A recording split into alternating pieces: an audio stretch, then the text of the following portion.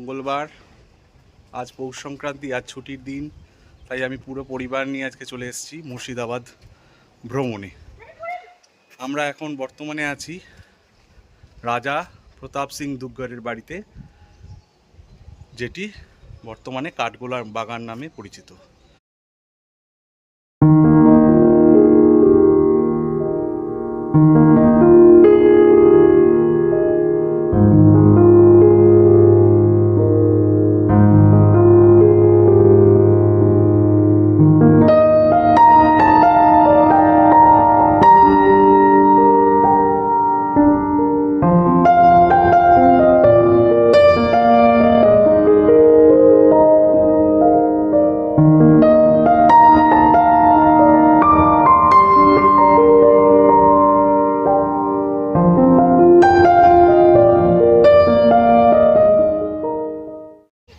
নমস্কার বন্ধুরা, আমি প্রসূন। আমার চ্যানেল প্রসূনস ডায়েরিতে আপনাদের সকলকে স্বাগত জানাই। আজকে নতুন দিনে একটি নতুন ব্লগ নিয়ে আমি চলে এসেছি।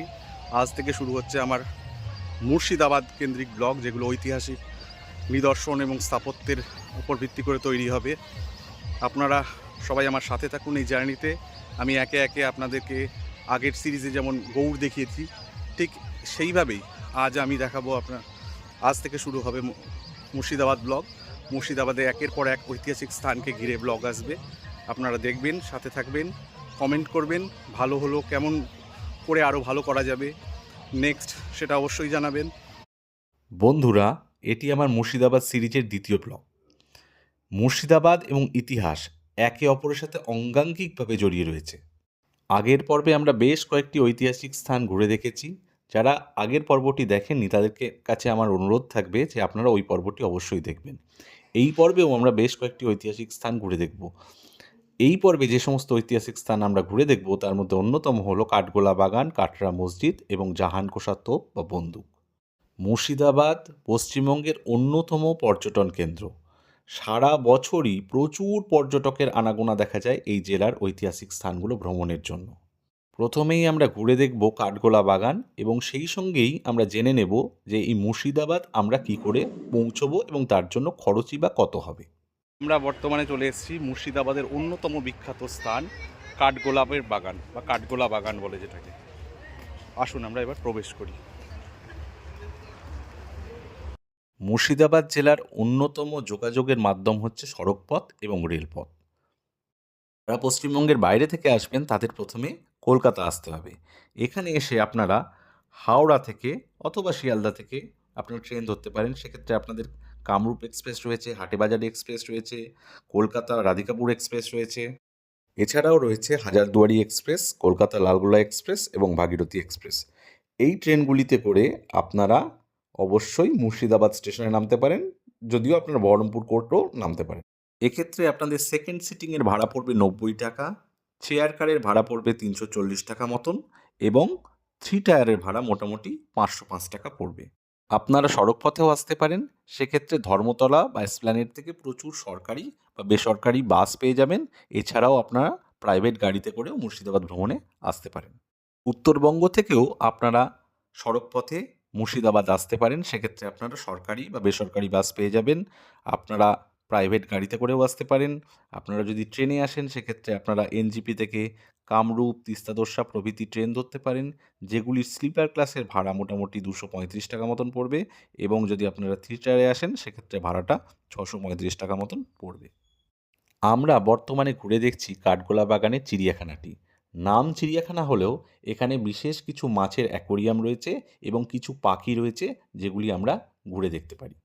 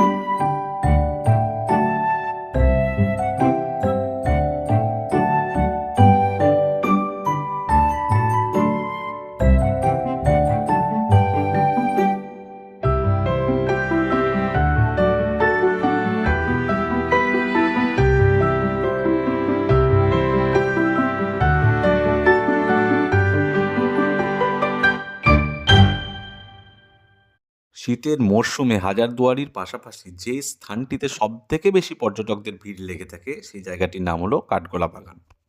হাজারদুয়ারি প্রাসাদ থেকে 4 কিলোমিটার উত্তরে এই কাঠগোলা বাগান বাড়ি অবস্থিত। আমরা বর্তমানে চলে এসেছি প্রতাপ সিং দুগ্গড়ের বাড়িতে, যেটি কাঠগোলা বাগানে অবস্থিত। এই দেখুন সেই রাজবাড়ি। বাগানে ঘেরা এই বাড়ির স্থাপত্য এবং জমকালো ভাস্কর্য ছিল মুগ্ধ করার মতনই। জায়গার নাম কেন কাঠগোলা হলো তা নিয়ে দুটি মত প্রচলিত। বাগানে ঢোকার মুখে দেখা যায় একটা বড় নহবত গেট, তার সামনে এবং পূর্ব পশ্চিমে রাস্তা চলে গিয়েছে। লোকে বলে এই রাস্তার দুপাশে ছিল কাঠের গোলা, সেইখান থেকেই এই নামটা এসেছে বলে অনেকে মনে করেন। এই বাগান বাড়ি ফুলের জন্যও বিখ্যাত। বাগানের নানা ফুলের মধ্যে গোলাপের নাম ছড়িয়ে পড়েছিল দিকে দিকে। একসময় এখানে কাঠগোলাপের চাষ হতো। অনেকের বিশ্বাস কাঠগোলাপের থেকেই বাগান বাড়ির নাম হয়েছে কাঠগোলা। জানা যায় জগৎ শেঠের সহযোগিতায় তৎকালীন নবাবের কাছ থেকে 1200 টাকায় 32 বিঘার এই বাগানটি কিনে নেন মন্দির নির্মাণের জন্য। ধনবান ব্যবসায়ী এবং জমিদার লক্ষ্মীপত সিং দুগ্গর 18 শতকে কাঠগোলা বাগান বাড়ি নির্মাণ করেন। এটি বর্তমানে দুগ্গর পরিবারের বাগান বাড়ি। লক্ষ্মীপত, জগপত, মহিপত, ধনপত এই 4 ভাই এই বাগান বাড়িতে বসবাস করতেন। সিংহদ্বার দিয়ে বাগানে প্রবেশ করলে বাগানের 4 কোণে এই 4 ভাইয়ের অশ্বারোহী মূর্তির দেখা মেলে। 1933 সালে লক্ষ্মীপত সিং দুগ্গর মায়ের সম্মানার্থে বাগানের ভেতরে জৈন মন্দিরটি নির্মাণ করেন। একসময় এই বাগান বাড়িতে নিয়মিত জলসা হতো। নবাব এবং অভিজাতদের যাওয়া আসা ছিল প্রতিনিয়ত। ইংরেজরাও এখানে আসতেন প্রায়শই। মুর্শিদাবাদে ব্রিটিশদের ক্ষমতা লাভের ষড়যন্ত্রেও এই বাগান বাড়ি জড়িয়েছিল। বাগানের ভিতর দিক দিয়ে একটি সুড়ঙ্গ পথ আছে যা ভাগীরথীর সঙ্গে যুক্ত। ওই গোপন পথে জগৎ শেঠের বাড়িতে যাওয়া যেত বলে শোনা যায়। এখনকার প্রাসাদ, সংগ্রহশালা, বাগান, আদিনাথ মন্দির, চিড়িয়াখানা, বাঁধানো পুকুর, সুড়ঙ্গ পথ দেখতে প্রচুর পর্যটক ভিড় জমান। গাছটি দেখতে পাচ্ছেন, এই গাছটি কাঠগোলা বাগানের সব থেকে পুরনো গাছ। দেখুন, এই যে আমার পেছনে গাছটি দেখতে পাচ্ছেন, এই গাছটি কাঠগোলা বাগানের সব থেকে পুরনো গাছ। বাগানবাড়ি থেকে বেরিয়ে কিছুটা দূরেই রয়েছে আদিনাথের জৈন মন্দির। 3টি চূড়া বিশিষ্ট সম্পূর্ণ মন্দির শ্বেতাভযুক্ত। সেখানে মন্দির গাত্রে শ্বেতপাথরের প্রকোষ্ঠে বুদ্ধ, মহাবীর, গণেশ, শ্বেতভৈরব সহ বিভিন্ন মূর্তি দেখা যায়। সমগ্র স্থানটি নানাবিধ গাছে পরিপূর্ণ, শান্ত, স্নিগ্ধ, ছায়াশীতল।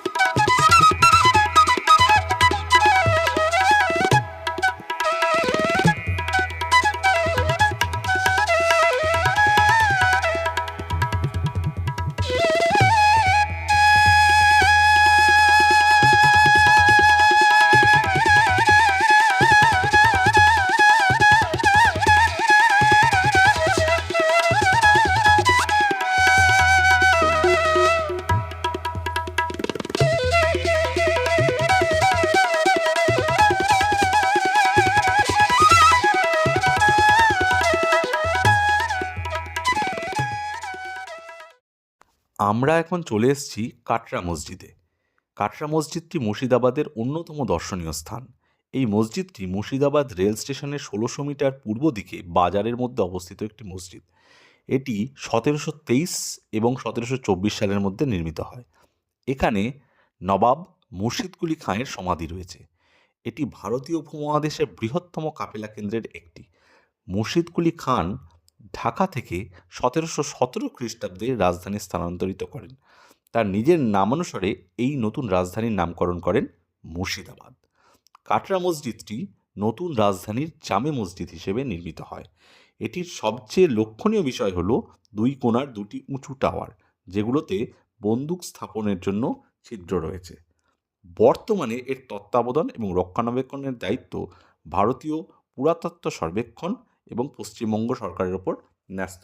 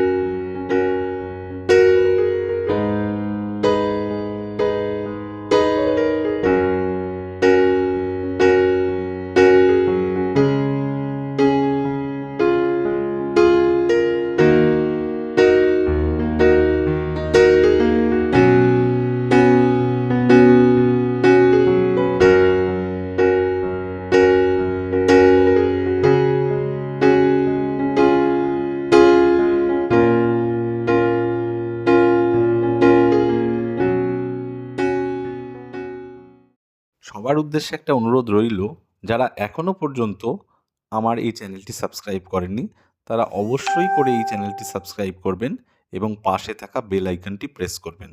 এতে আমার সমস্ত ভিডিও আপনাদের কাছে পৌঁছে যাবে।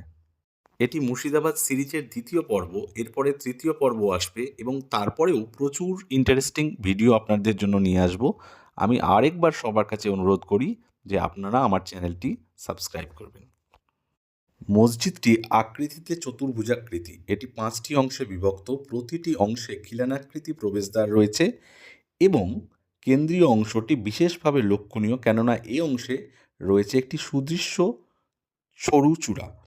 মসজিদটির 5টি গম্বুজ রয়েছে, এর মধ্যে কিছু ক্ষতিগ্রস্ত হয়েছে এবং কিছু 1897 সালের ভূমিকম্পের পরেও মোটামুটি অক্ষত আছে।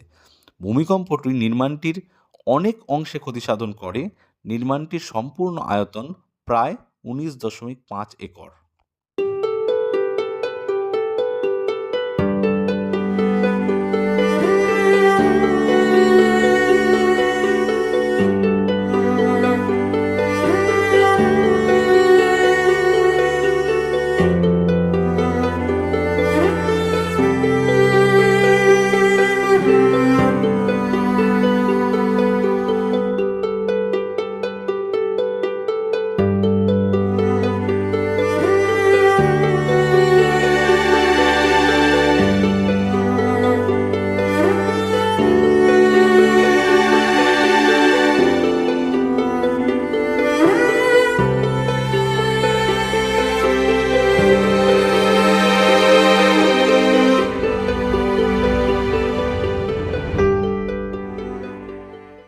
এটি হলো মসজিদের প্রবেশদ্বার।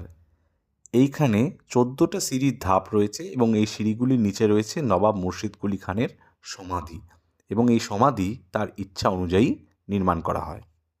আপনারা মুর্শিদাবাদ সিরিজের এই পর্বটি কোথায় থেকে দেখছেন তা অবশ্যই কমেন্ট করে জানাবেন।